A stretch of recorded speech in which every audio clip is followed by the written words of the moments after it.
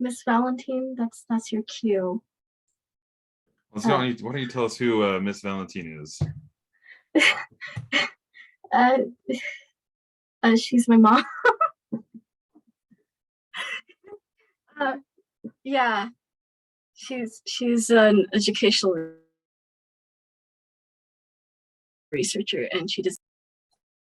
Okay, for a second there, Zoom was telling me I couldn't unmute myself, so I was needing permission to speak. Yeah, sorry about that. That's okay. I kept thinking, oh, we're gonna play unmute me and then shut me up again. So, well, like Siani said, my name is Melissa, and I'm really excited to be here with you today. It is a hard act to follow when the person speaking before you is an animator and has so many cool things to show. Hopefully, what I share about my career is not extremely boring to you guys. But I will try to make this a little bit more interactive because I do prefer to hear what others have to say, not just talk. If I could have one or two of you just say the first word that comes to your mind when you hear the word research or researcher. What comes to your mind?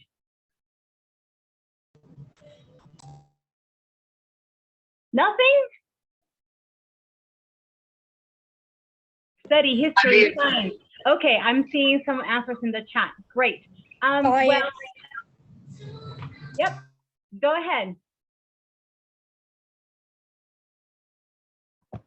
I heard someone say something, but I don't know. I know you guys have a lot of control. Usually my dynamics with participants is that I let everyone speak and eventually they learn to take turns. But I see here that a lot of you are talking about science, and it is correct.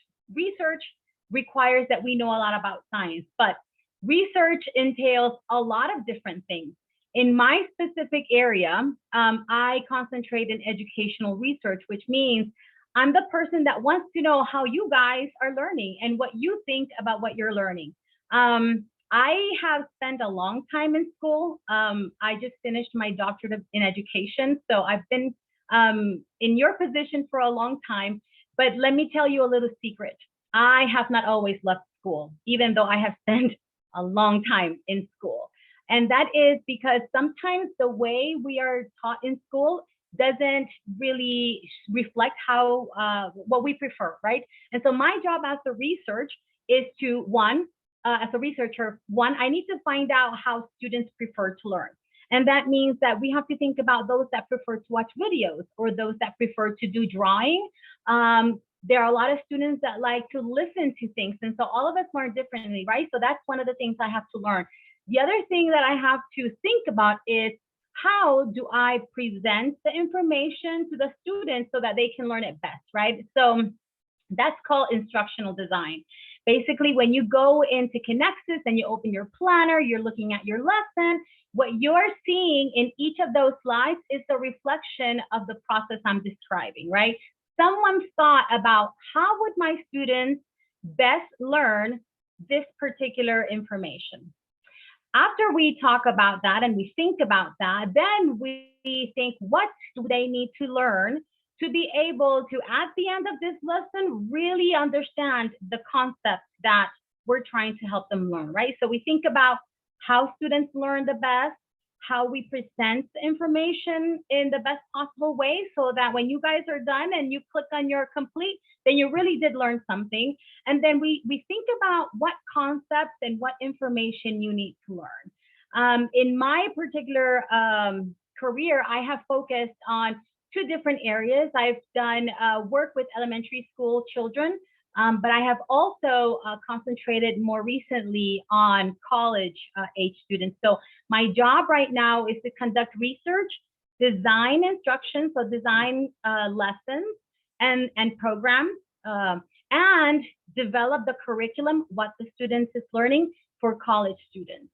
I think it's sometimes it might sound a little bit kind of weird and boring, but let me tell you what it is like. Being an educational researcher is kind of like building in Minecraft. Do any of you like Minecraft? Can I get a little heart if you like Minecraft, building and coding? Yeah, I see a few that do enjoy Minecraft. So that is really what it is about. you have tools, right? You have basic different elements that you're going to use. You have your preferred building materials, and that's kind of something that you start thinking about before you build your world, right? After you decide what your world is going to look like, then you think about, okay, if I want to have quartz or if I want to have copper, these are the tools that I need to use. And so you dig into your design. And being an educational researcher is the exact same thing. You're considering very basic things, but then you're also thinking about how you're going to build something that makes sense to another person. Now, sometimes we don't always get it right. And that's the truth. Okay, no one is perfect. I don't know everything, even though I have been in school a long time. Nobody in the world knows everything there is. And so when we are done with our design, we're done with our course, when you're done with your Minecraft world, you take a step back and look at it and say, okay, so did I get this right? When I invite my friend, are they going to like the flow? Are they going to enjoy their time in the world? And that's the exact same thing that we do in educational research. When we're done with a course, or when we're done with a lesson, when we're done with a whole program, right? So let's say I am building a bachelor's degree. When I'm done with that, I take a step back and look at my creation and think, is this really what I want the students to learn? Am I helping them learn? Am I helping them succeed? And so that's called curriculum evaluation. That's the last step of my process. That's when I take a moment and ask the proper questions to make sure that just like your world might be fun and enticing to your friends, my program or my course is appropriate for you guys to learn it. Now, I'm going to stop talking for a moment because I would like to know what other information you're interested in learning about educational research. Let me just say something. A lot of the information that we process is not done by just one person. It's a team effort. So we have assistants and we have some people that talk to the individuals, that interview students. Like, for example, that's my favorite thing. The thing that I love the most, that I always want to do, is that I always want to be the person asking questions and interviewing, because that means that I get to hear from the students what they liked, what they didn't like, and what needs to be changed. And then there are other people that look at the interviews, other people that look at surveys, for example. You know, at the end of the year, you always have some questions to answer about what you thought about your school that year. I also enjoy looking at that, but my favorite thing is looking at people's faces and hearing what they have to say. So just know that when you're in this process, there's a group of people, there's a team that's working to make sure that what you're learning in school is really what you need to learn, but that it's also enjoyable and fun. And every day you'll wake up in the morning wanting to learn more from your schooling experience. And now I'm going to stop, and I want to know, Mr. G, Ms. Cornwall, if there's anything specific you would like me to share, or if I can take questions. I'm going to turn it over to our UCA crew and see what kind of questions they have for you. Siani, let's start with you. How do you feel about this? What your mom does? And it's important. I hope she works hard, because it's very important job. And I don't really know what to say, but it's just good job. Puts food on the table. You are funny. Thank you. Emma, I'm going to go back to you. And Yuseni? All right. I think,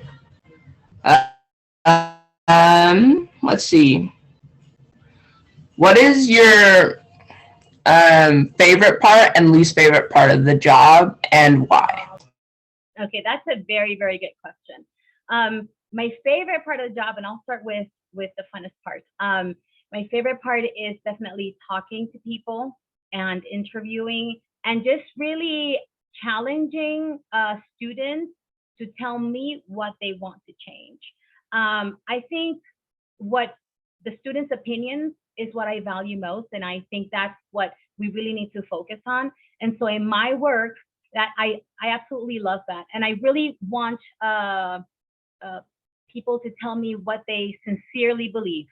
And so kind of having those conversations and allowing a student to say how they really feel, what they really think can be changed and improved, that's really important to me. And I see their eyes open, and that's my favorite moment, when they realize that they can take a role and participate in their learning.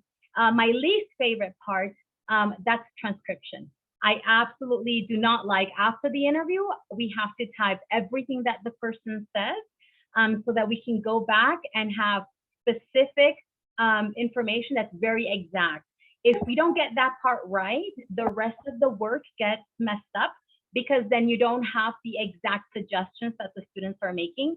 And so I would say that's the least favorite part, because it takes so long. And software is not exact. And so to be true and honest in the research, we have to make sure that we get the exact words from the students. So that's tedious. It takes a long time.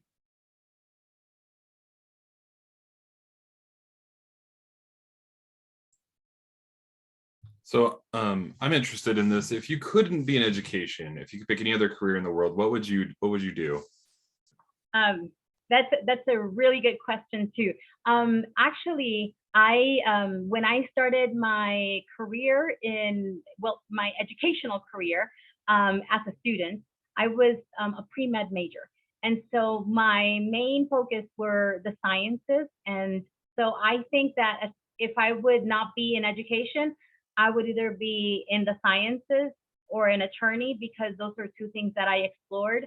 But I'm really glad that I did not end up in those areas, because I feel like my heart is in truly listening to students. So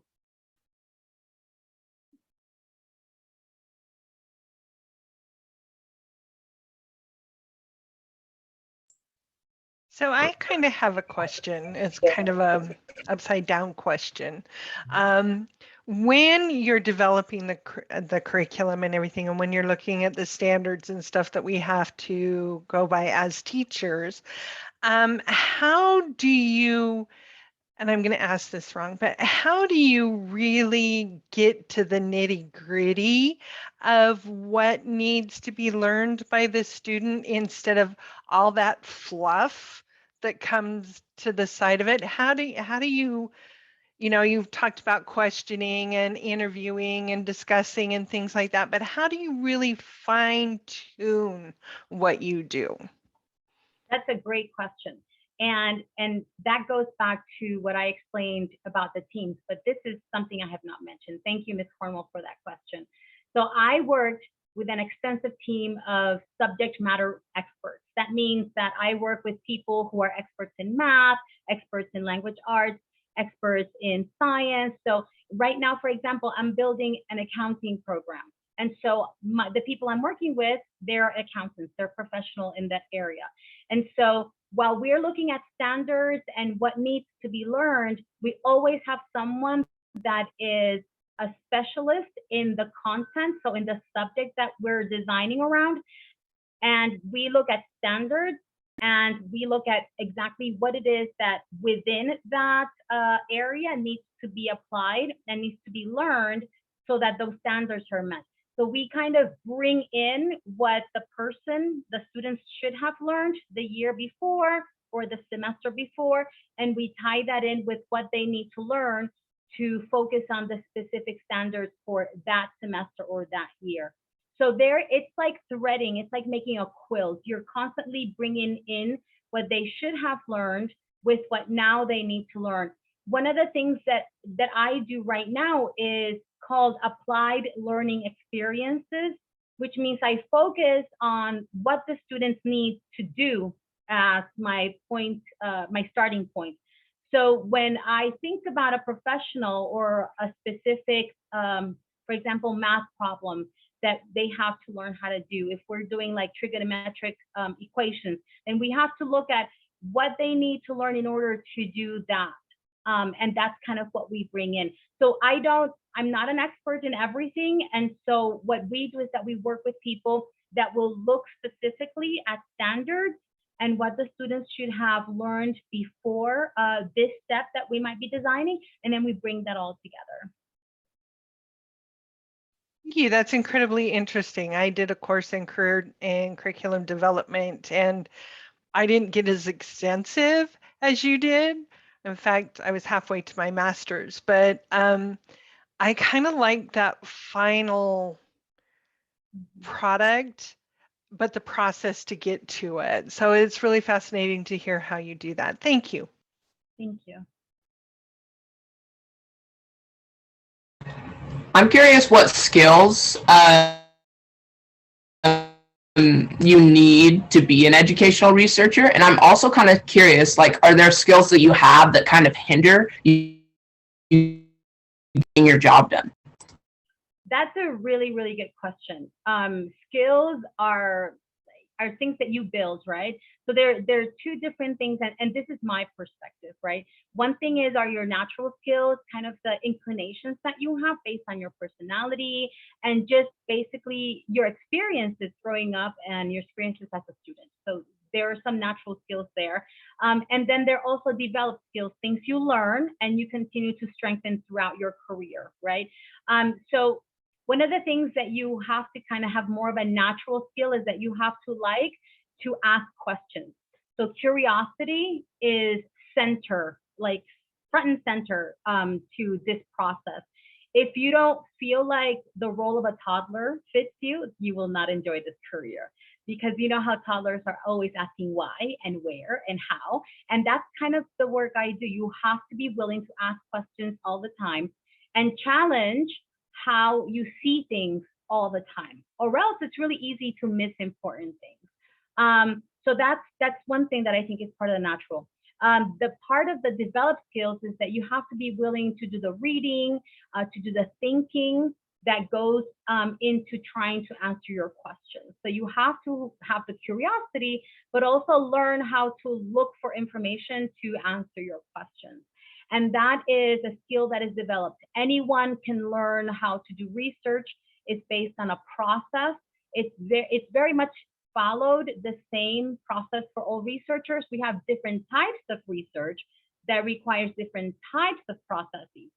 But the skill of looking and trying to figure out the answers to questions, that's pretty much across the board the same. In terms of skills that hinder, that is an excellent question. And I will tell you, it's the skill of not identifying when you need to stop. So there has to be a balance between your curiosity and when you feel like this is a moment to stop, to reflect. And so that might not be a hard skill you learn in school or through your educational career, but it's more of an intuition when you feel, okay, I've learned a lot and I'm beginning to read about the same thing. So it's time to stop, to reflect, and then go back to it from a different perspective.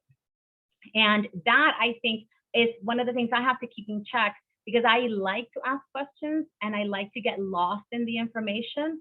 And so I really need to remember to stop and reflect and then go back to it from a different perspective.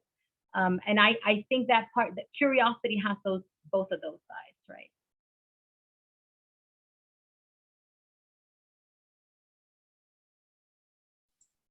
Phoenix, did you have a question? Your turn. Okay, can you hear me? I can, loud and clear. Okay. I'm wondering if you... Now I forgot my question now that I got unmuted. Never mind. If you do remember, though, you can raise your hand and ask again. So.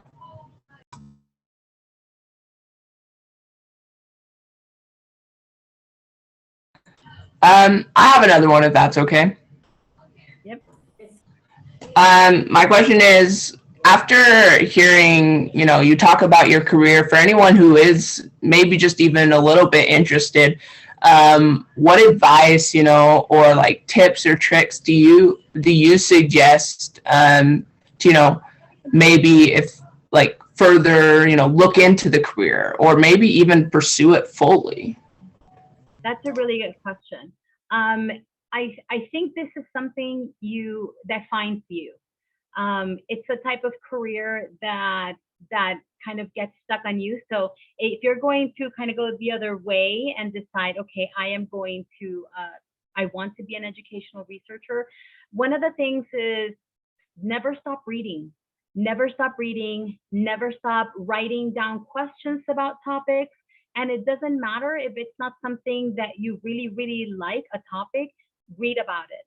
Because what will lead you to this kind of career is having the curiosity to learn about things that you do not know about, but also kind of the persistence to stay with a problem for a longer period of time. So I would say learn to love reading, learn to ask questions, and also try to learn about how other people live their life. Try to connect with people that are different than you. When you're a researcher, one of the things that is absolutely important is that you have this natural love for learning about other people's lives and trying to understand who they are, why they are that way, their life experiences. That is a very important thing to bring into research. So you can keep in mind that the work we do is sometimes just with papers and software, but ultimately it's about the people. It's going to be about the students that are going to learn from that lesson, that are going to, experience the changes that you implement. So I would say reading and writing, asking questions, but also connect with people that are different than you.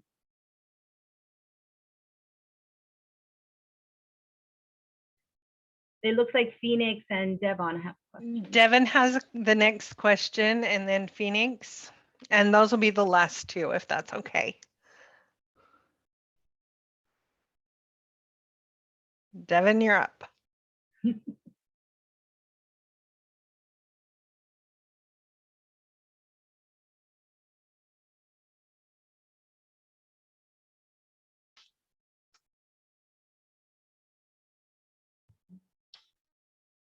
Miss Cornwall, you're muted if you're trying to say something. Sorry, Devon wrote it in the chat. How do you cope with the people who get on your nerves when you're doing this? Okay. I love that question, Devon. Thank you so much. And I will have to confess that the people that get on my nerves the most are not the students I work with.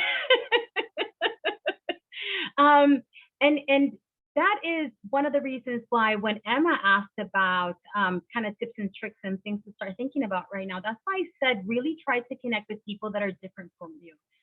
In research, what makes everything better is having different opinions.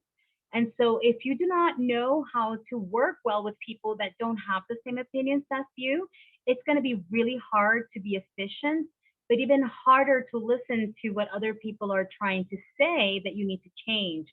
So I think that goes back to the attitude of learning to work with people that are different from you, so that when someone does get on your nerves, which happens more often than sometimes you would like, you take a deep breath, you take a step back, and then you flip the script. You think, okay, so this can be a challenge or an opportunity. How am I going to tackle it? If I tackle it as a challenge only, then I'm likely going to end up in a back and forth of emails or in a meeting. It'll be unproductive. We'll waste time. We will not help truly the people that we're trying to help, which are the students. So if you look at it as an opportunity, you can ask, what can I learn from this? What can I help my colleague learn from this? And take it from there. So that's usually my process. I usually try to look at it as an opportunity, and I do take time to acknowledge my feelings. So if I am not happy, if I'm angry, I don't tell him or her I'm angry. I acknowledge, I say, okay, Melissa, you're angry. You're not happy with this. You're not liking this. Just take a moment to say, this sucks. So yeah, so what am I going to make out of this part that sucks? What opportunity am I going to create? And that usually works really well. it helps me try to put myself in other people's shoes. And so again, that's why I said to Emma, try to connect with people that are different from you. I really like that answer. Phoenix, you're up. This is the last one.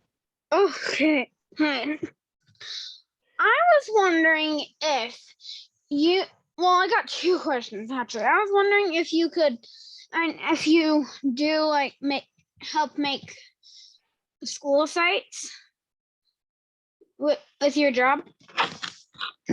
When you say school sites, do you mean like the websites that you guys go to look at your pacing or portfolio help? Is that what the type of website you're referring to? Yeah. Yes. So I did not help with those. Usually the people that know the best of students is the teachers. So the teachers are in charge of that. The universities I work at don't have the same thing. We kind of work with similar systems as Connexus. So everything is in one. We don't have the separate websites, which really for you guys at at kindergarten to 12th grade, the websites are an awesome resource because it's really easy to navigate. So unfortunately, I'm not part of that creative process. Okay.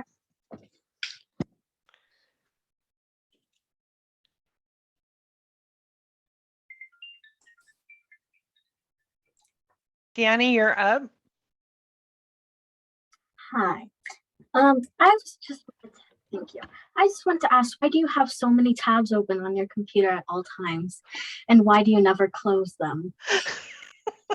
It triggers me when I see your computer and it's just this whole thing of tabs. It hurts me to see it. I was wondering when she was going to ask this question because every single time she has the opportunity to ask me this question in public, she does.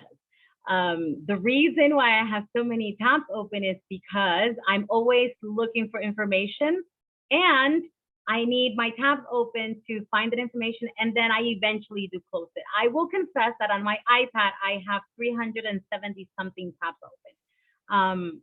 So yes, that's what happens when you're learning about a lot of things at the same time.